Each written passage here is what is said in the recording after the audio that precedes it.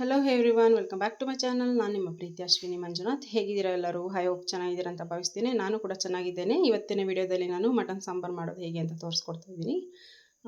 Last ವಿಡಿಯೋದಲ್ಲಿ ನನ್ನಮ್ಮ ಮಾಡುವಂತಹ ಮಟನ್ ಸಾಂಬಾರನ್ನು ಹೇಗೆ ಮಾಡೋದು ನಾಟಿ ಶೈಲಿ ಅಂತ ಹೇಳಿ ತೋರಿಸಿದ್ದೆ. ಈ ಒಂದು ವಿಡಿಯೋದಲ್ಲಿ ನಾನು ಮಾಡುವಂತಹ ಮಟನ್ ಸಾಂಬಾರನ್ನು ತೋರಿಸ್ಕೊಡ್ತಾ ಇದ್ದೀನಿ. ತುಂಬ ಡಿಫ್ರೆಂಟಾಗಿರುತ್ತೆ, ಹಾಗೆ ತುಂಬ ಸ್ಪೆಷಲ್ ಟೇಸ್ಟ್ ಇರುತ್ತೆ. ಲೈಕ್ ಡಾಬಾ ಶೈಲಿಯಲ್ಲಿ ಇರುತ್ತಲ್ಲ, ಆ ಟೇಸ್ಟು ಅಂತಲೇ ಹೇಳ್ಬೋದು. ಬನ್ನಿ ಫ್ರೆಂಡ್ಸ್, ಸ್ಟಾರ್ಟ್ ಮಾಡೋಣ. ಮೊದಲನೇದಾಗಿ ನೀವು ನನ್ನ ಚಾನಲನ್ನು ಸಬ್ಸ್ಕ್ರೈಬ್ ಮಾಡ್ಕೊಳ್ಳಿ, ಹಾಗೆ ಬೆಲ್ ಐಕಾನ್ ಪ್ರೆಸ್ ಮಾಡಿ, ವಿಡಿಯೋ ಒಂದು ಲೈಕ್ ಕೊಡಿ, ಹಾಗೆ ಶೇರ್ ಕೂಡ ಮಾಡಿ ಅಂತ ಹೇಳ್ತಾ, ಮುಂದಿನ ವಿಡಿಯೋಗಾಗಿ ನೀವು ಮೊದಲನೇದಾಗಿ ನನ್ನ ಚಾನಲನ್ನು ಸಬ್ಸ್ಕ್ರೈಬ್ ಮಾಡ್ಕೊಂಡಿಲ್ಲ ಅವರು ಸಬ್ಸ್ಕ್ರೈಬ್ ಮಾಡ್ಕೊಂಡು ನೋಡಿ.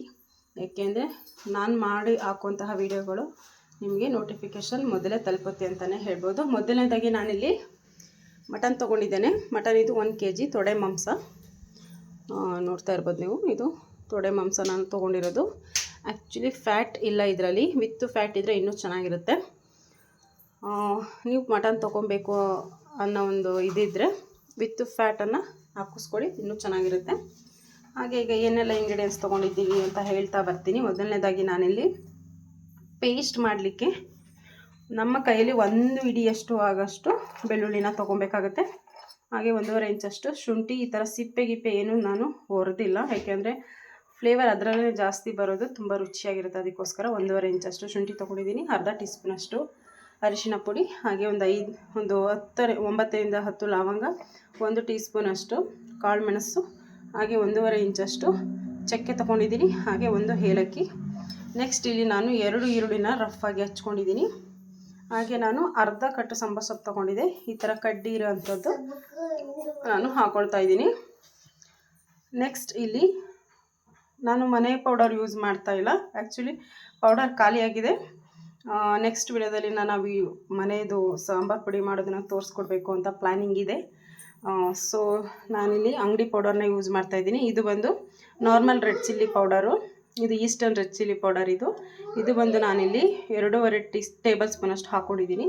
ಕಲರ್ಗೋಸ್ಕರ ಕಾಶ್ಮೀರಿ ರೆಡ್ ಚಿಲ್ಲಿ ಪೌಡರ್, ಇದು 1 ಟೇಬಲ್ ಸ್ಪೂನ್ ಇದೆ, 1 ಟೀ ಸ್ಪೂನ್ ಇದೆ ಇದು. ಹಾಗೆ ನಾನಿಲ್ಲಿ 10 ರೂಪೀಸ್ದು ಕೊರಿಯಂಡರ್ ಪೌಡರ್ ತೊಗೊಂಡಿದ್ದೀನಿ. ಇದು ಕಂಪ್ಲೀಟಾಗಿ ಹಾಕ್ಕೊಳ್ತಾ ಇದ್ದೀನಿ.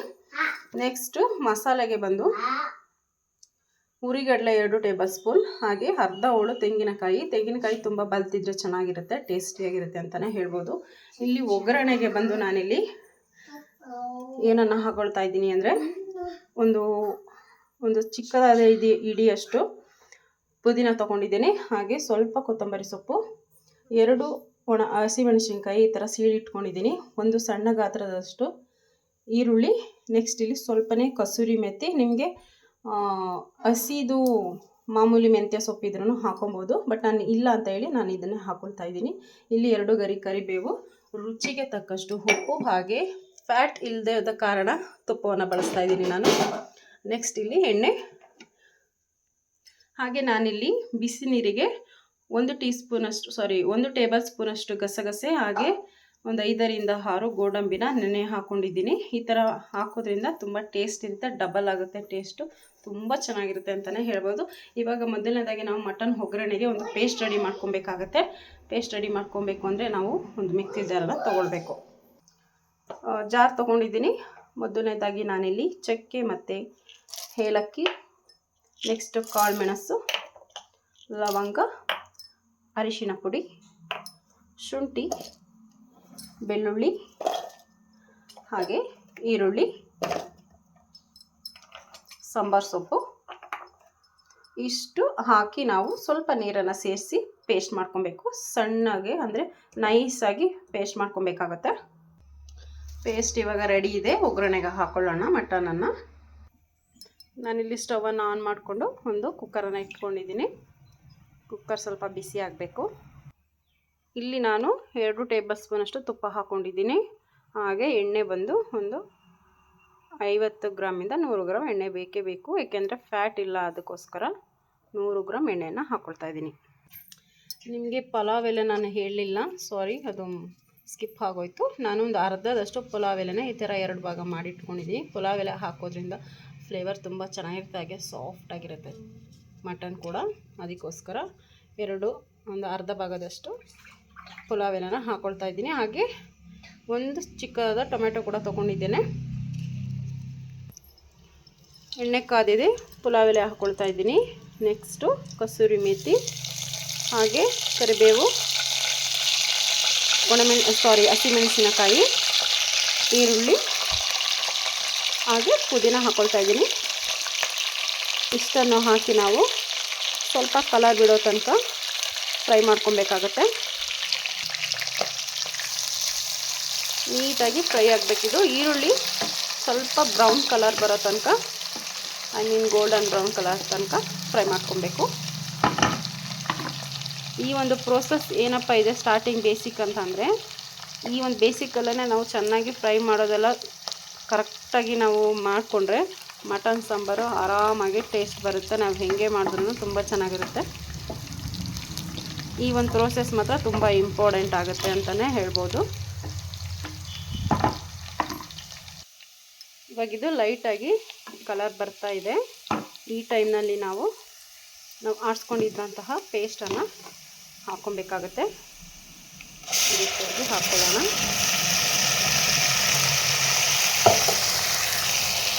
ಹಾಕ್ಕೊಂಡು ನೀಟಾಗಿ ಮಿಕ್ಸ್ ಮಾಡ್ಕೊಬೇಕು.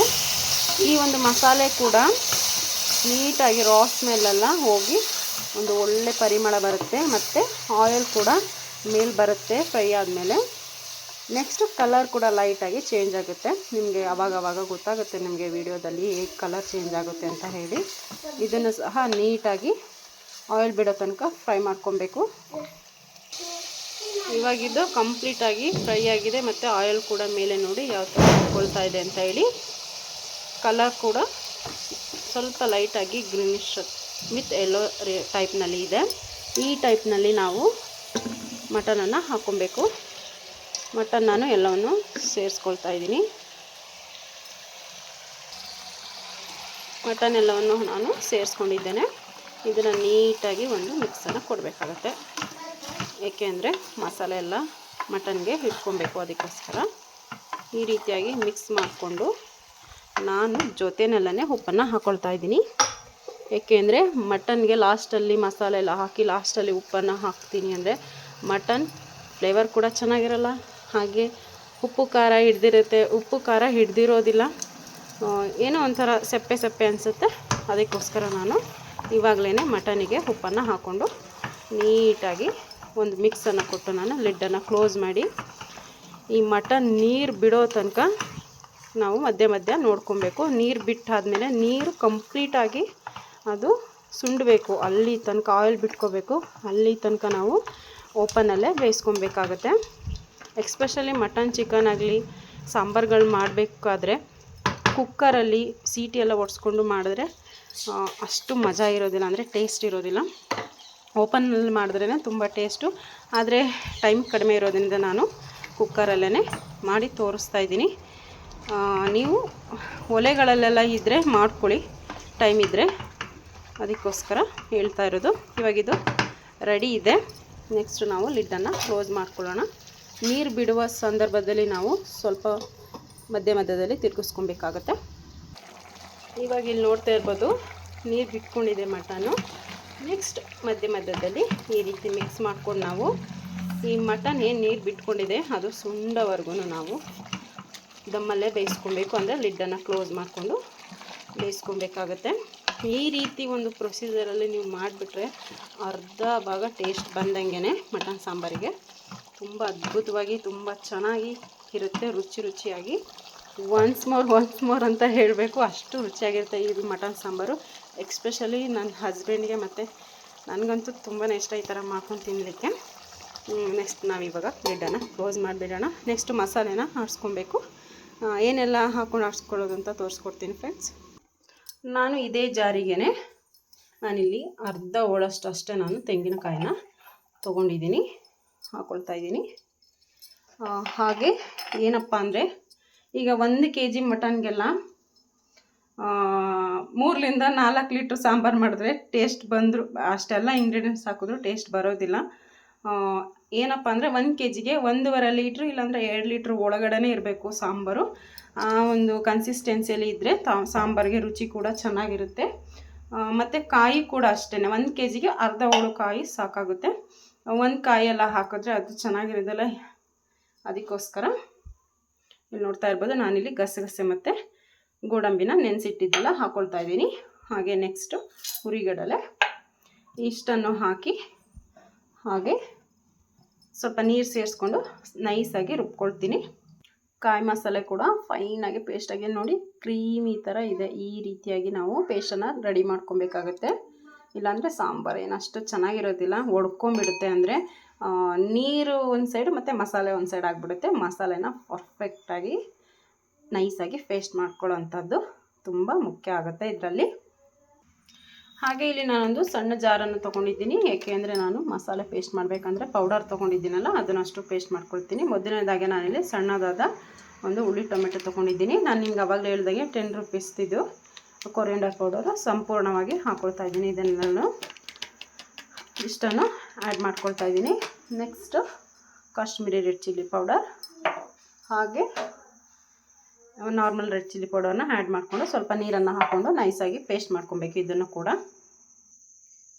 ಇದು ಪೇಸ್ಟ್ ರೆಡಿಯಾಗಿದೆ. ಇವಾಗಿದು ಕಂಪ್ಲೀಟಾಗಿ ನೀರೆಲ್ಲ ಸುಂಡಿದೆ.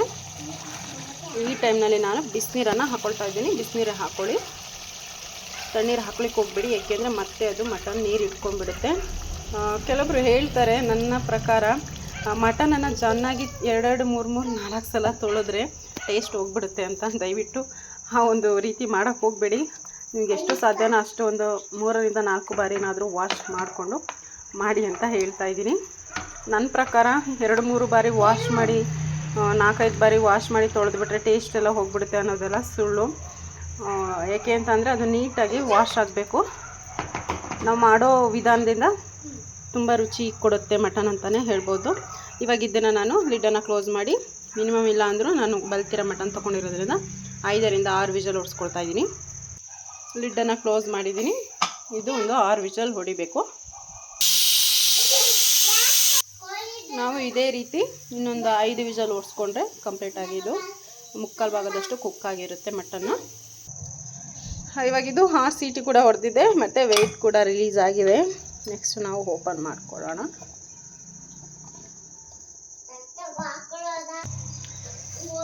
ಇದನ್ನು ಓಪನ್ ಮಾಡಿದ್ದೀನಿ, ನೋಡ್ತಾ ಇರ್ಬೋದು ಆಯಿಲೆಲ್ಲ ಮೇಲೆ ಬಂದಿದೆ. ಮಟನ್ ಕೂಡ ನೋಡ್ತಾ ಇರಿ ಬೆಂದಿದೆ. ನೆಕ್ಸ್ಟ್ ನಾವು ಇದಕ್ಕೆ ನಾವೇನು ಸ್ಪೈಸಸ್ ಪೌಡರ್ ಹಾಕಿ ಮತ್ತು ಟೊಮೆಟೊ ಹಾಕಿ ರುಬ್ಕೊಂಡಿದ್ವಿ ಆ ಪೇಸ್ಟನ್ನು ಹಾಕ್ಕೊಳ್ತಾ ಇದ್ದೀನಿ.